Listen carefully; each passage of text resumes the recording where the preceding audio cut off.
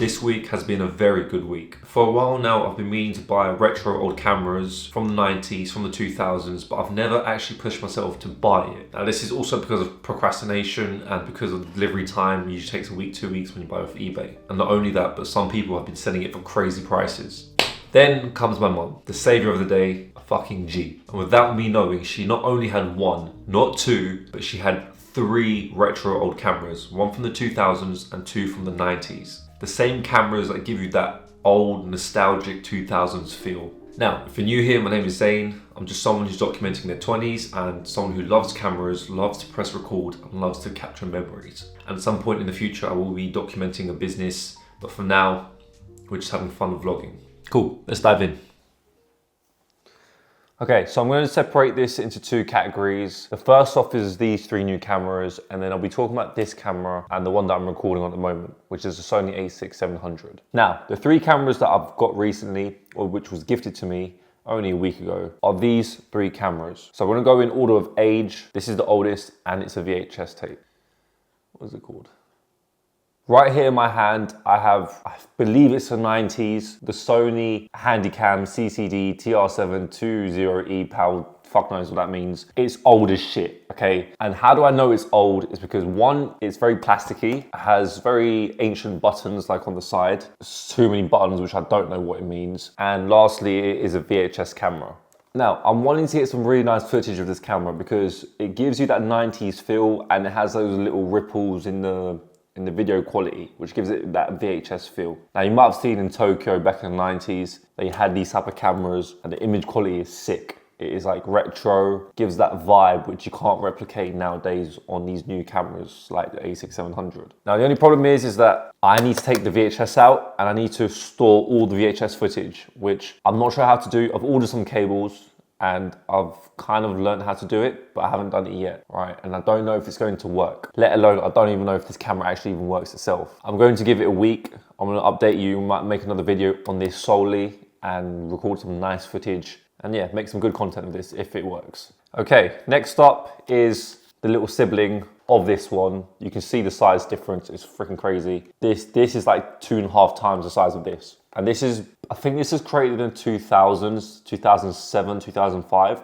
And this is the Handycam, the Sony Handycam DCR DVD 755. And as you can see, it flips out.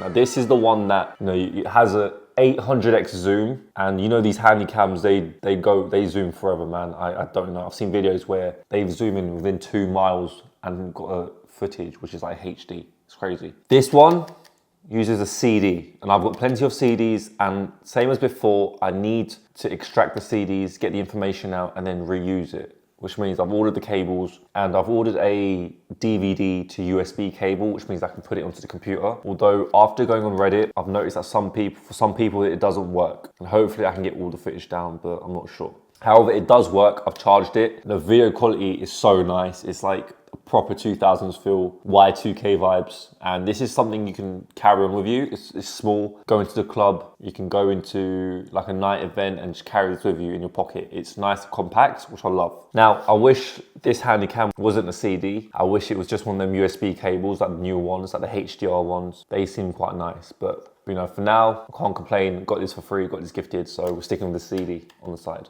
You may have seen in the intro, that is what I used. And this is a Nikon coolpix A100. Now, so far, I love this bad boy. You know, it is so tiny.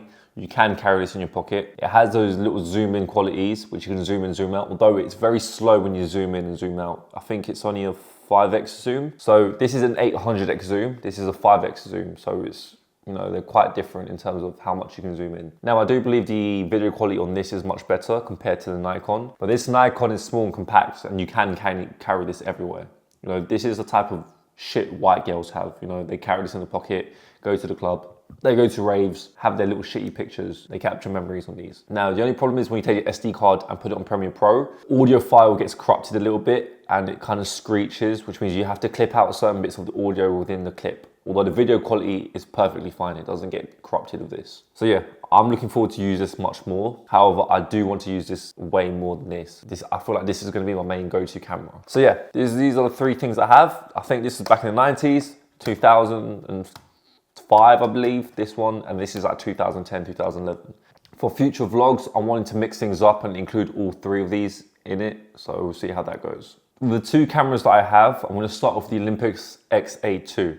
With this camera, I do have a film roll, but I haven't used it. I've had the time to use it, but I haven't had the effort to use it. I feel like procrastination is the enemy, and it comes in when I try to ever use this. The reason it's a pain in the ass to use, and why I haven't used it, is because you have to put the film roll in, take it to the shop and get it produced, right? And that takes a lot of effort compared to these ones, which you can just stick in your computer and download the image from there. However, I'm very intrigued with this. I do want to take pictures, post it on Instagram, be a bit quirky with this. I feel like I'm kind of having this to waste. I don't want to, I really want to use it. You can slide it out so it protects the screen, which is really nice. And it has a flash on the side, which is pretty cool. But yeah, I really want to use this. I think in Thailand, I'm going to bring this one, and this one. I don't think I'll be bringing the VHS to Thailand because it's too bulky. And last but not least, I have the camera which I'm recording on at the moment, and that is the Sony a6-700 with a 16mm lens. I love this camera. This camera is so fucking powerful, and if you know anything about the FX30, it is basically the same, but it's more compact and it has the same image quality, which means you can get good cinematic reels of it or videos. But the only problem is that its low light performance is very bad. So whenever you try to use it in low light, you'll see a lot of dots on the screen, which I don't like, and it's happened before in the past. Now, with the Sony a6-700, you can do an S-Log3 Gamut Cine something, which I've done before. However, I have no clue how to color grade. I suck at color grading. I want to learn, but every time I do S-Log3 and then I color grade, it comes out shit, which means I've just wasted hours of footage which I'm supposed to upload and I can't upload it. So now I don't really take the risk anymore, and I only stick with S-Cinetone, which is, it's good, but you can't get that color grading feel to it. Like, you can't tweak certain things and you can't make it look like it's cinematic, which I don't like. But yeah, for now we're sticking to S-Cinetone. Hopefully in the future I will learn it properly and take the time out of my day, record and learn color grading. But as for the moment, it's too time consuming and I'm not trying to do that at the moment. Hopefully one of you guys could teach me in the comments. Let me know how you color grade. What's the easiest way to color grade? I have Premiere Pro, but I'm thinking of switching to DaVinci Resolve because everyone color grades on that platform. It seems like DaVinci Resolve is overtaking everyone at the moment. And last but not least, I did forget to mention just a phone. Simple iPhone. I record reels on this. I record simple videos. I would say the iPhone is a perfect backup camera to bring with you. If you have the iPhone 15, this iPhone 16, you can do ProRes log, which means you can color grade. But because I've got iPhone 14, you can't do that. But the camera quality is still right. It still works. I've got a fisheye lens for this, which I'm gonna use a bit more. So yeah, this is like on the go, and you capture reels with this and TikToks, which is quite nice. Some other recent pickups that I have bought is a camera bag, and this camera bag is a Miso, so I bought it on Amazon. It's very cheap. I bought it for £50, and the reason I bought this is because my current backpack is too soft, which means if I put my camera inside, it's gonna break. And I needed something that's solid, that is perfect for traveling, going to different countries, traveling and sightseeing, putting all your camera stuff in and using a tripod on the side. And I think that's perfect for this Miso. It does the job.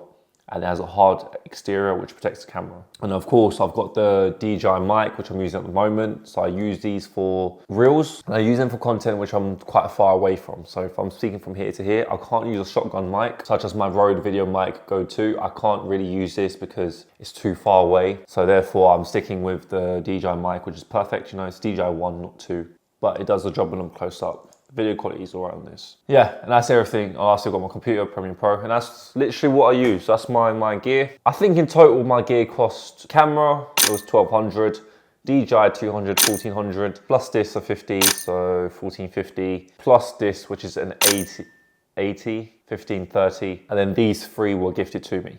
So my whole setup basically costs 1530. In terms of cameras, obviously you got the MacBook, which costs fucking 1500, 2000, which I'm not gonna include in that price, okay? That's all I have. Thank you for watching, and I'll see you next time. All right, peace.